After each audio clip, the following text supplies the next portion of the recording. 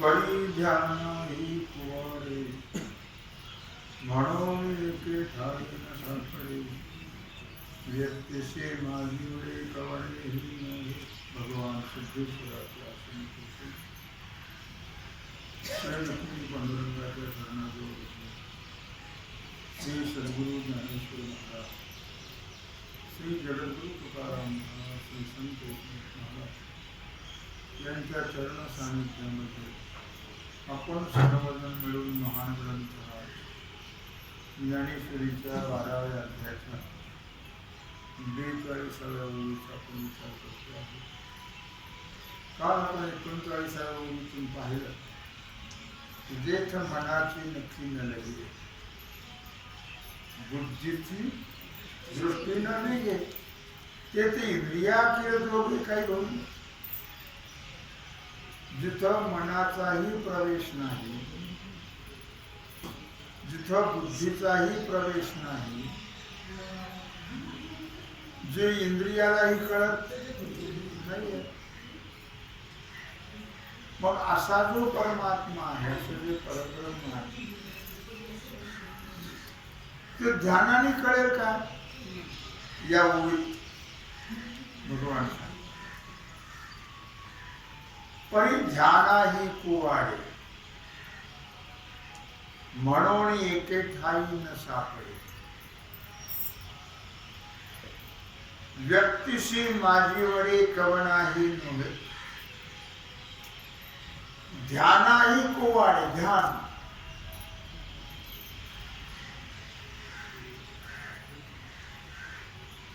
ब्रह्म एके ठाई न सापडे. परमात्मा एका ठिकाणी आहे ना, कुठे व्यापक आहे तो.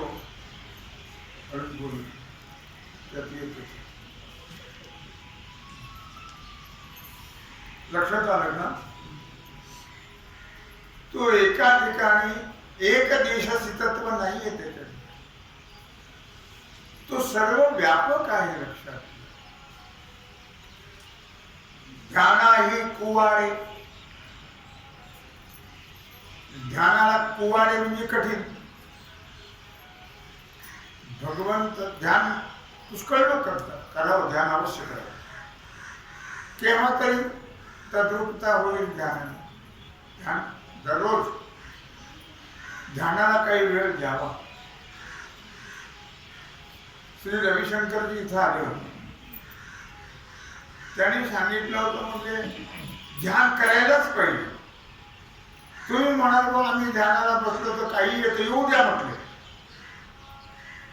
काही ध्यानात आलं तर येऊ द्या. एक दिवस तुम्हाला देवाचं ध्यान लागेलच. पण अभ्यास करा.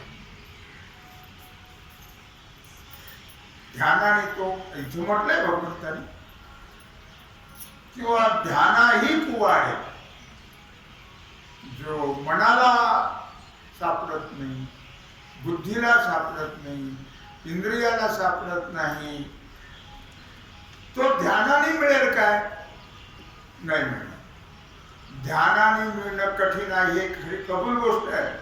तरी पण ध्यान करायलाच पाहिजे. ध्यानाला फार महत्व. झोप काही नाही, पण ध्यान करायला पाहिजे. ध्यानाला अगम्य आहे ते. का? आकार नाही, ते निराकार आहे. म्हणून त्याचं ध्यान करता येत. आता कुठे एका ठिकाणी थोडंच हे आपलं प्रतीक ध्यान आहे. ध्यानामध्ये प्रकार आहेत. वेदांत शास्त्रामध्ये 3 प्रकारचं ध्यान सांगितलं. एक आहे अहंग्रह ध्यान, मागं होईल. एक आहे प्रतीक ध्यान आणि एक आहे ध्येयानुसार ध्यान. 3 प्रकारचं ध्यान वेदांत शास्त्रात सांगितलेलं आहे. अहंग्रह ध्यान म्हणजे काय? अभेद ज्ञान. अभेद ज्ञान परमात्मा आणि जीव किंवा ब्रह्म आणि जीव हे दोन नाही आहेत, हे एकच आहेत अशा प्रकारचं ध्यान करणं याला अभेद ज्ञान म्हणतात आणि यालाच नाव आहे अहंग्रह ध्यान. विचारसागराच्या 5व्या तरंगात हा विषय आलेला.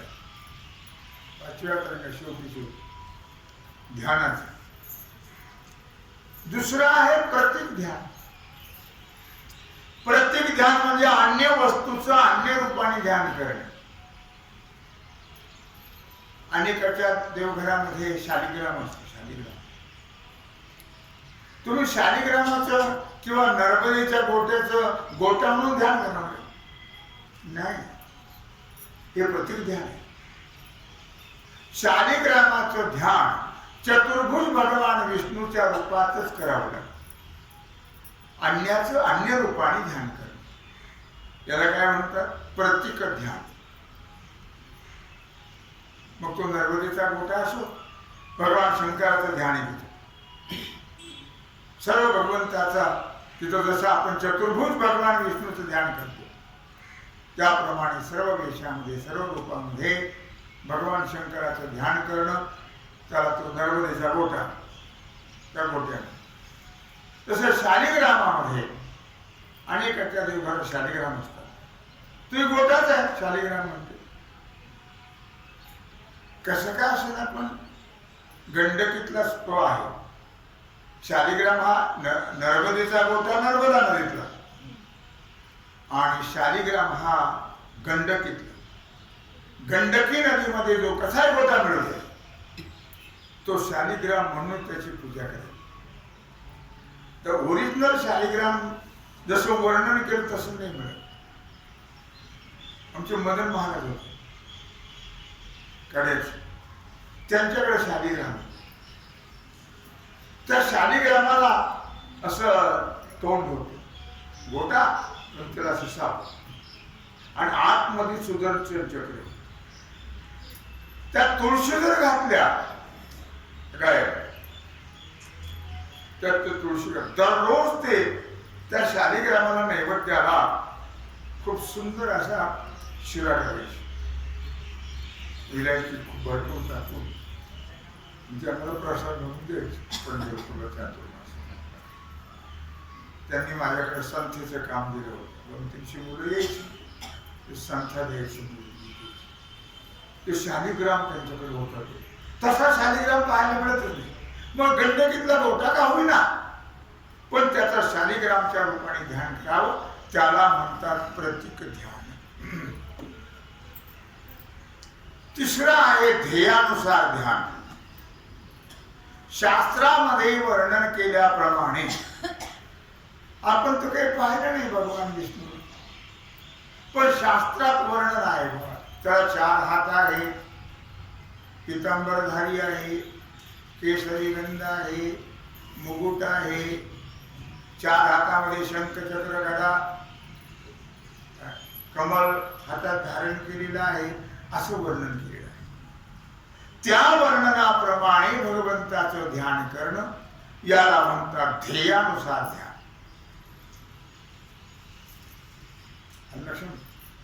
असं 3 प्रकारचं ध्यान सांगितलेलं आहे.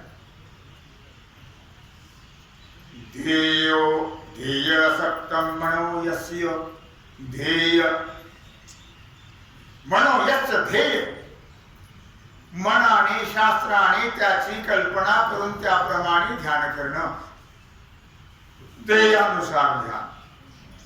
मेवाण पश्यति नान्यं पदार्थं जानाति ध्याने मेतत् प्रकीर्तितम. त्याकरता ध्येय पाहिजे. आपलं ध्येय ठरलेलं पाहिजे ना. नाही तर ते आमचे गुरुजी नेहमी सांगते, वार बदलला की देव अडकून ध्यान करणार. ध्येय ठरलेलं पाहिजे आपलं. कोणी का असू ना, तुमचं कोणी असू द्या. आमचं असं म्हणणं नाही की तुम्ही विठोबाचं ध्यान करा, कृष्णाने तुम्ही जगदंबेचं ध्यान करणारे भक्त आहेत, पण जगदंबा ही पांडुरंग म्हणून ध्यान करा, म्हणजे ती फरक. काय कोणाचं ध्यान केलं तुम्हाला ते करा, पण ध्येय ठरवा की आपलं ध्येय जगदंब देवी आहे, आपलं ध्येय भगवान विष्णू आहे, आपलं ध्येय भगवान शंकर आहे, आपलं ध्येय दत्तात्रय आहे, आपलं ध्येय कालिका माता आहे, आपलं ध्येय पांडुरंग आहे. तुम्ही ध्येय ठरवा आणि त्या ध्येयाप्रमाणे ध्यान करा. ठरवून रोज त्या ध्येय, तुम्ही रोज जर ध्यान बदललं तर ती व्यभिचारी भक्ती, त्याला महत्व नाही. अखंड भक्ती करी युगा नसे क्षणभरी, अवघेणी गावद्वारी आहे वदेशी. सगळा गाव खापला तरी इथं सौभाग्य पण कुंकुजातच नाही. काय करायचं त्या भक्तीला? व्यभिचारी भक्ती आहे. माऊलीची ओवी आहे, अवघेणी गावद्वारी आहे वदेशी. ती अखंड सौभाग्यवतीच असते. काय त्या ध्यानाला महत्व आहे, त्या काय भक्तीला महत्व आहे. म्हणून ध्येयानुसार ध्यान, आपलं ध्येय ठरवा. कोणतंही तुमचं जे असेल ते, तुमची भावना असेल रोज बदलू नका, एकच करा ध्यान. त्याला ध्येयानुसार ध्यान म्हणतात. ते ध्यान आज ना उद्या निश्चितच फलद्रूप झाल्याशिवाय राहणार नाही लक्षात. म्हणून त्याकरता ध्येय ठरवलं पाहिजे. परमात्मा ध्येय नाही, ध्येय म्हणजे सविशेष. परमात्मा म्हणजे ब्रह्म व्यापक, ध्येय नाही होऊ शकत. सगुण रूपच ध्येय होऊ शकत, कोणतेही असू. सगुण रूप, सविशेष, निर्विशेष नाही ते ध्येय ठरू शकत. तुम्ही निर्विशेषाचं ध्यान करू शकत नाही, सविशेषाचं ध्यान करू. वेदामध्ये ध्यानाचे जे प्रकार सांगितले मी आता तुम्हाला सांगितले, किंवा अहंग्रह ध्यान, प्रतीक ध्यान आणि ध्येयानुसार ध्यान. मग यापैकी तुम्हाला जे जमेल, जे साधेल ते ध्यान करा. त्याला सविशेष ध्यान म्हणतात. सविशेष म्हणजे सगुण परमात्म्याचं ध्यान. निर्विशेष ध्यान होऊ शकत नाही, करता येत नाही. ध्यानाची भेटी उत्कंठा आहे. भगवान ध्यान करणाऱ्याला भेट देण्याकरता नेहमी उत्कंठ बाळगत असतात. नेहमी त्यांना फार मोठी इच्छा असते. कारण भगवानच एका ठिकाणी म्हणतात किंवा मला कोण विचारतो हो, भक्ता वाचून मजला विचारिते कोण. बाकीच्या लोकांना वेळ आहे का विचारायला?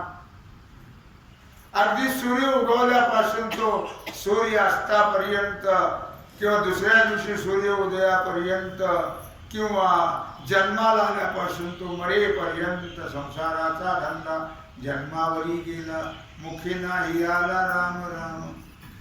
सारखं चिंतन संसाराचं असतं. वेळ कुठे त्यांना? सर्वसामान्य जीवाला वेळ काढला पाहिजे. वेळ संसाराकरता मनुष्य देह दिलेलाच नाही, त्याच्याकरता बाकीचे देह आहे. भगवंताने या देहाची जी योजना केलेली आहे ती केवळ मला कोणीतरी यातला जाणील म्हणून हे उभं भावलं निर्माण केलं. आतापर्यंत सगळे आडवेच केले होते. पाहोनी सर्व योनी ते सुख न वाटेची, देवा ते म्हणून मनुष्य योनी ते निर्मिले देवे. पाहुणी सर्व योनी ते 80 लाख योनीकडे भगवंताने पाहिलं. या सगळ्या आडव्या निर्माण केल्या. भगवंताला समाधान वाटलं नाही की यात मला जाणणारं कोणीच नाही. मग हे उभं भावलं निर्माण केलं आणि त्याच्यात एक वस्तू घातली. चला बुवा या वस्तूच्या माध्यमातून तरी हे उभं भावलं मला जाणील. पण ते सगळ्यापेक्षा बेईमान निघालं. तेही जाणायला तयार नाही. लक्षात ठेवा, ज्ञान नावाचं माध्यम घातलं, त्या माध्यमाच्या द्वारे मला याने जाणावं म्हणून भगवंताच्या आशा आकांक्षा फोल ठरल्या या मानवाला पाहून.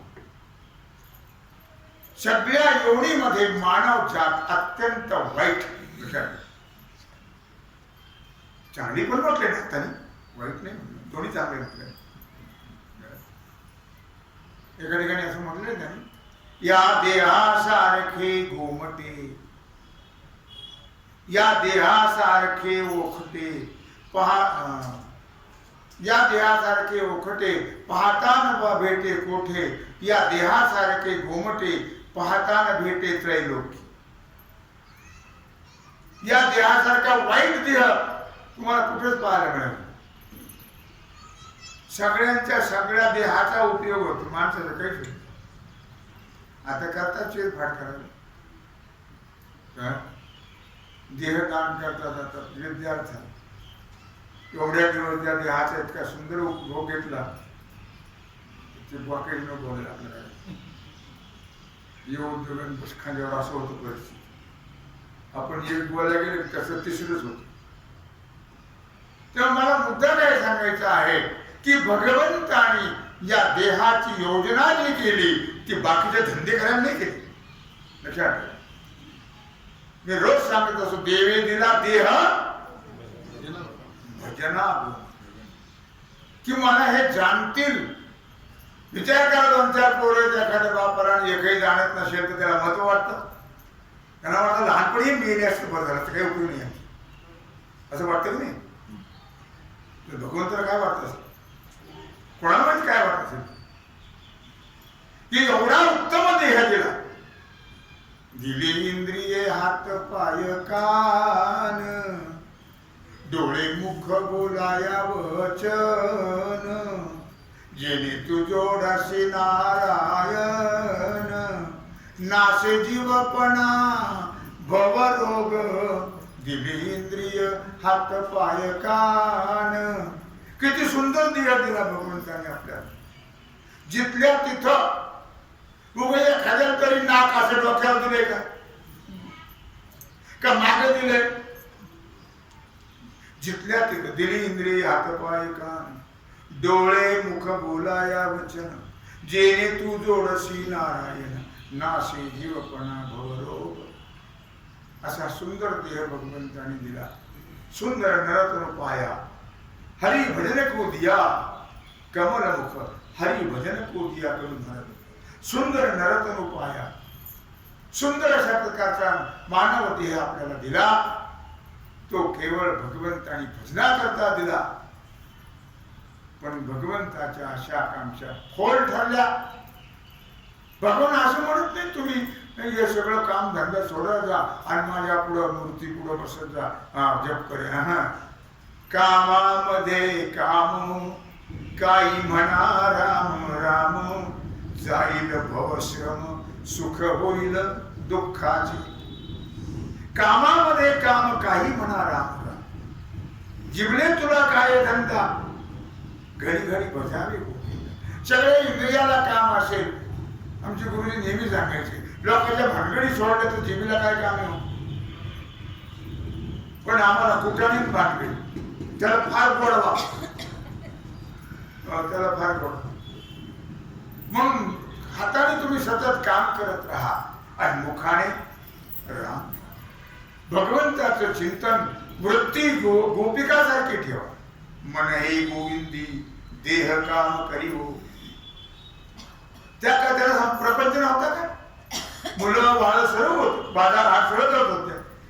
पण मन हे गोविंदी दुडीवरती दुडी गवळणी, साती निघाल्या गवळण गोरस, मन विसरल्या गोविंद घ्या कोणी, दामोदर घ्यावे. तव तव हसती मथुरेच्या गे, गोविंद घ्या कोणी, दामोदर घ्या गे. इतक्या एकरूप झाले होत्या. बाजारला गेल्या दही दूध घेऊन तर त्या दही घ्या दूध घ्या म्हणायचं विसरून गेल्या. गोविंद घ्या कोणी, दामोदर घ्या गे. मथुरेचे लोक हसू लागले. येण्यासारखं काही बोलत द्या. देवीतून घेऊन आल्या आणि गोविंद घ्या, द्या तुमच्याकडे दा गोविंद दामोदर. मग जुळिया माझारी कानोबा झाला भारी. विसंबले गोरस सांडे बाहे. ओ भगवंताने डोकं काढलं त्या म्हणत्यातून पण खरंच आहे. म्हणे हे गोविंदी देह काम करीओ. मला मुद्दा काय सांगायचं आहे की अशा प्रकारे भगवंताचं ध्येय ठरवलं पाहिजे. ध्येयाप्रमाणे ध्यान. परमात्मा ध्येय ठरू शकत नाही, निर्गुण परमात्मा ध्येय ठरू शकत नाहीये. सगुण परमात्माच ध्येय ठरू शकतो. ध्येय म्हणजे सविशेष, निर्विशेष ध्येय ठरू शकत नाहीये. लक्षात ठेवा. तेव्हा मुद्दा मला काय सांगायचा आहे की सविशेष ध्यान अत्यंत महत्वाचं आहे. म्हणजेच सविशेष याचा अर्थ त्याला सगुण ध्यान म्हटलेलं आहे. त्याला काय म्हटलेलं आहे? जो ध्याने सुई मानसी तया लागी नाही तू त्यांच्या देशी. ध्यानही विसरे तेनेशी वाल भटू. ज्ञानेश्वरीतली ओळी 17व्या अध्यायाची 13वी ओळी आहे. जे जो ध्याने सुये मानसी, की जो तुझं ध्यान करून तुला अंतःकरणामध्ये साठवण्याचा प्रयत्न कर. ओळी काय म्हणते की जो तुझं ध्यान करून तुला अंतःकरणामध्ये साठवण्याचा प्रयत्न करतो पण त्याला तू प्राप्त होत नाही. ध्यान ही विसरे तेनेशी वालभ तुझ. माऊली म्हणतात पण जो प्रेमाने ध्यानाची जाणीवही विसरून जातो त्याच्यावर तू प्रेम करतोस. प्रेमाने ध्यानाची जाणीवही विसरून त्याच्यावर तू प्रेम कर असं माऊली.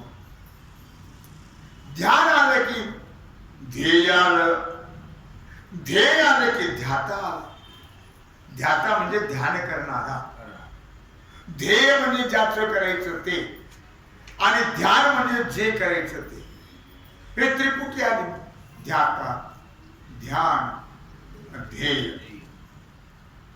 निर्गुण स्वरूपामध्ये त्रिपुटी एका सगुण स्वरूपामध्ये, सगुण स्वरूप. निर्गुण स्वरूपामध्ये त्रिपुटी नाहीये. म्हणून ध्यानाही कुवाडे. म्हणून ध्यानाने सुद्धा तो सापडत नाही. म्हणजे कुवाडे म्हणजे कठीण. ध्यानाने सापडणं सुद्धा कठीण आहे पण ध्यान सोडायचं नाही. जया सर्वत्र सर्वपणे सर्वही काळी असणे. जे पाहुणी चिंतवणे हिमपुटी जाहले.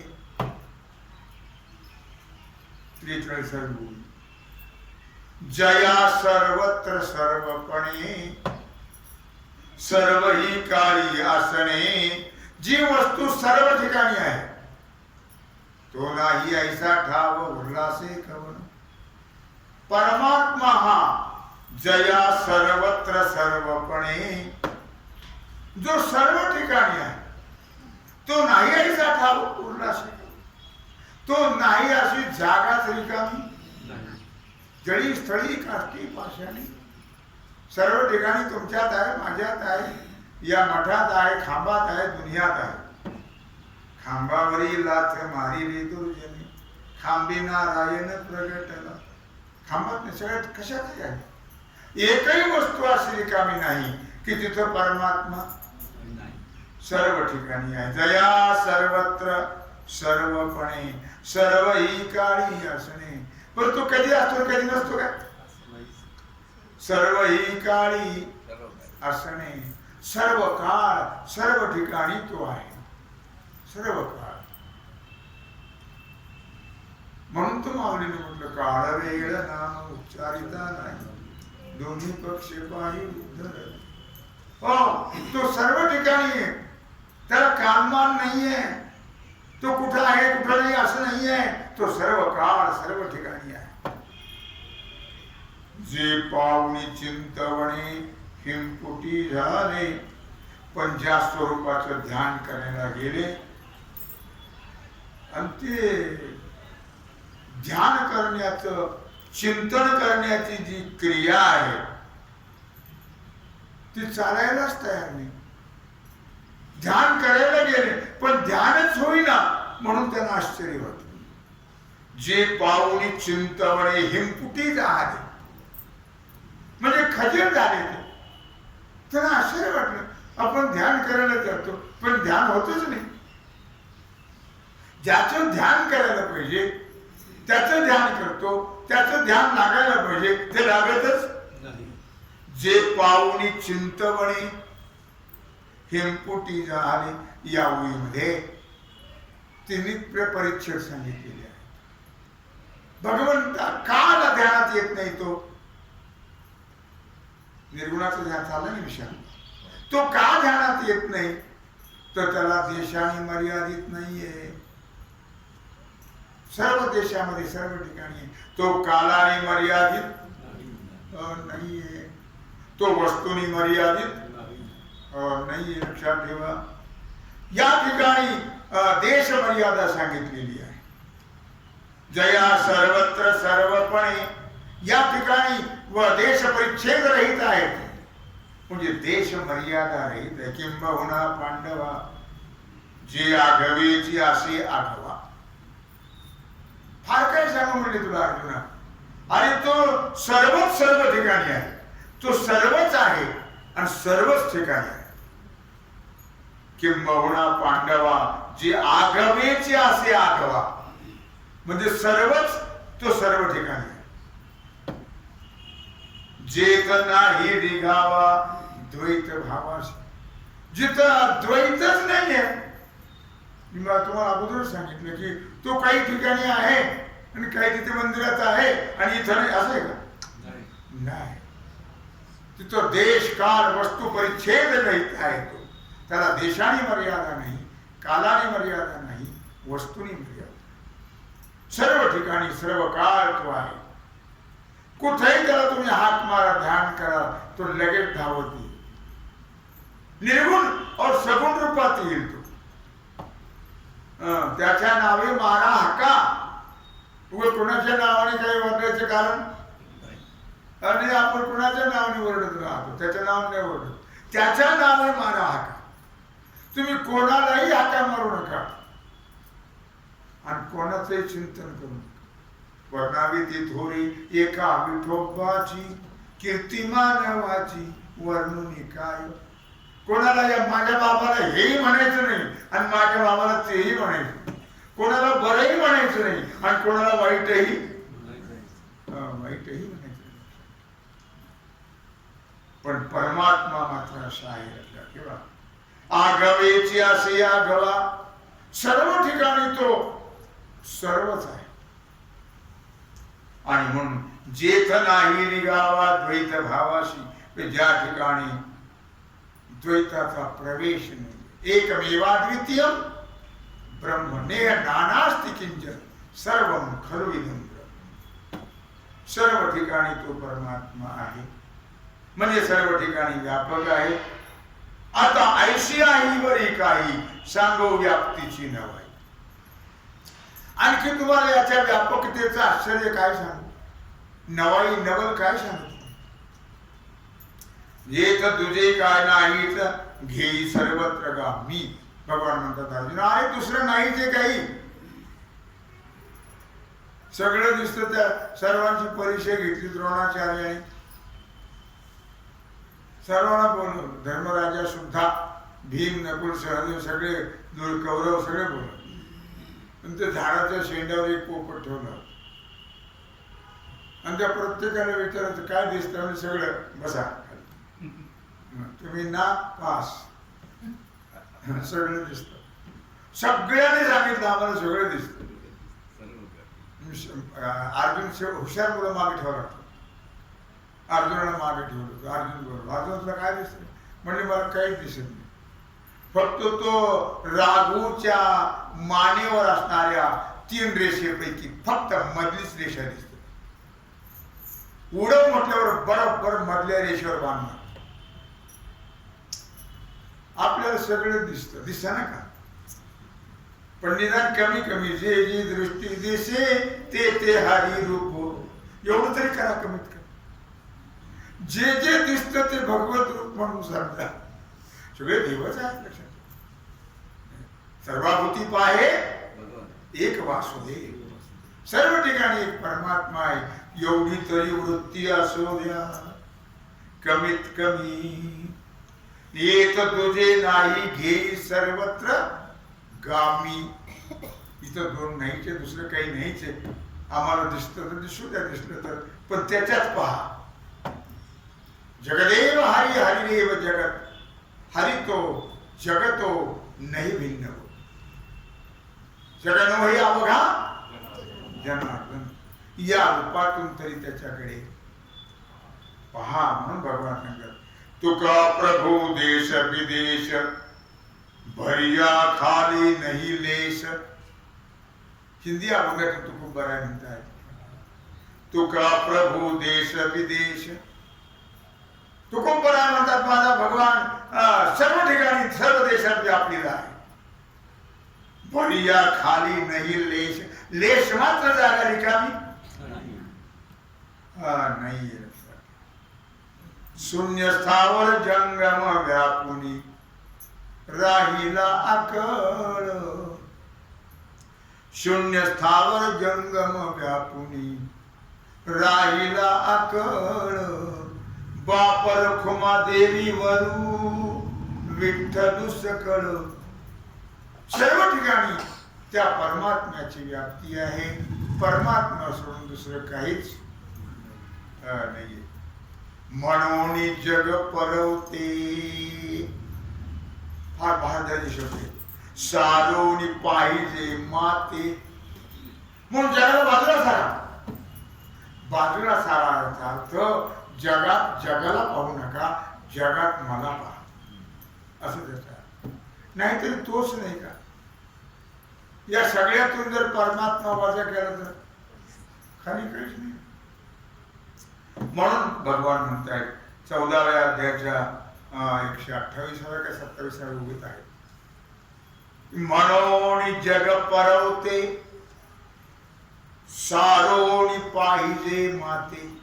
आणि म्हणून जगाला बाजूला सारा. बाजूला सारा तुम्हाला साधता येणार नाही. ते बाजूला आपल्या जोडतील हो. जगाला बाजूला साधता येणार.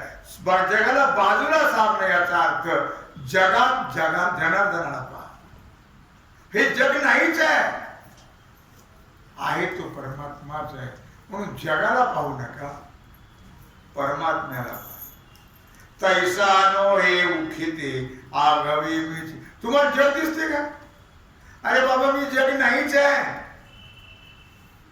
मी सर्व एक परमात्माच आहे. बाकी दुसरं काहीच नाही आहे. तुम्हाला सवय नाही पाहायची. सवय लावा. आपल्याला सवय नाही त्याला पाहायची. कसं पाहावं? मग त्याची सवय. आपण श्रावक आहोत, आपण वाचक आहोत, श्रवण करणारे आहोत. निदान या तत्वाने का होईना पण आपल्याला सवय झाली पाहिजे. जग सारोळी पाहिजे माते. जग बाजूला सारून मला पहा. म्हणजे जगामध्ये जगाला पाहू नका, त्याला पहा. म्हणजे जगाचे गुणदोष आपल्याला दिसणार नाही. परमात्मा पाहिल्यावर मग गुणदोष कसे दिसतील? गुणदोष दिसले नाही तर आपल्याला अधोगती प्राप्त होणार नाहीये, दुःख प्राप्त होणार नाहीये. म्हणून जग सारोळी परवते पाहिजे माते. म्हणून जगाला बाजूला सारून म्हणजे जग नव्हे परमात्माच आहे. या दृष्टिकोनातून त्या परमात्म्याला काय लक्षात आलं? महाराज एका ठिकाणी म्हणतात, अनंत रूपे अनंत वेशे पाहिले मी त्याशी. अनंत रूपे ही अनंत रूप आहेत त्याची. अनंत वेशे पाहिले मी त्याशी. बाप रखुमा देवी वरू खुन बांधली कैसी. देखिला देखिला माये देवाचा. अनंत रूपे अनंत वेशे, हे सगळे अनंत रूप अनंत वेश त्याचेच आहे, त्या परमात्म्याचेच आहे. म्हणून बाप रुक्मा देवर खुण बांधली कैशी. माझे या विस्तारलेपणाचे नावे.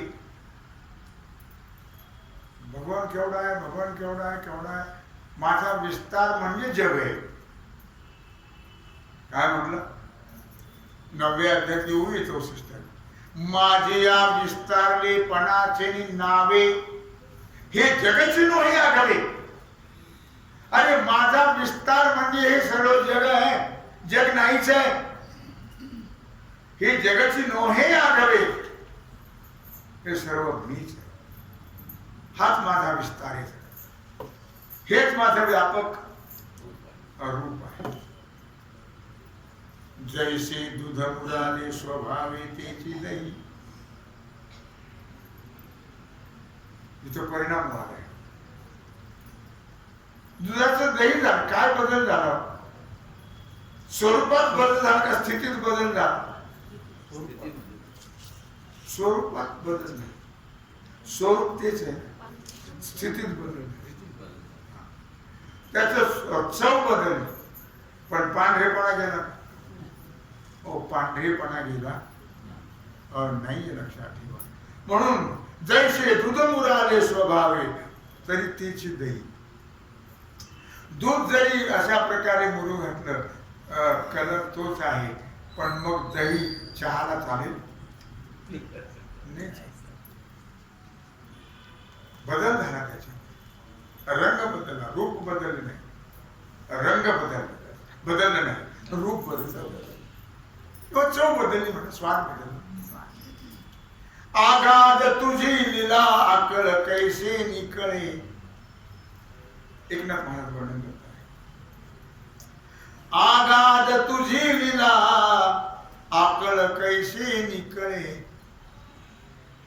ब्रह्मा मुंगी धरुणी तुझे स्वरूप सावळे. आगाध तुझी लीला, काय आश्चर्य लक्षात ठेव. आगाध तुझी लीला आकळे कैसे निकळे. ही लीला तुझी कशी आम्हाला आकळली आहे? आकळे कैसे निकळे. कसं कळेल आम्हाला हे तुझं स्वरूप? ब्रह्मा मुंगी धरोनी तुझे रूप सावळे. अरे मुंगीपासून तो ब्रह्मदेवापर्यंत तुझं सगळं सावळ रूप आहे, दुसरं काही नाहीच. म्हणून फक्त चष्मा बदलायचा. चष्मा बदलला की तो कळल्याशिवाय राहणार असं या ठिकाणी मौली ज्ञानराज वर्णन करतात. आणि भगवान निर्गुण स्वरूपाचं वर्णन अर्जुनाला सांगतायत. जया सर्वत्र सर्वपणे सर्व काळी असणे. जे पाऊणी चिंतवणे हिमपुटी जाहले. तेव्हा अशा प्रकारे सेवा भगवत चरणी समर्पित करून राहिला जो सेवेचा भाग आहे तो आपण पूजा करतो. कुंडली कमलते श्री ओम पार्वती हर हर महादेव. आता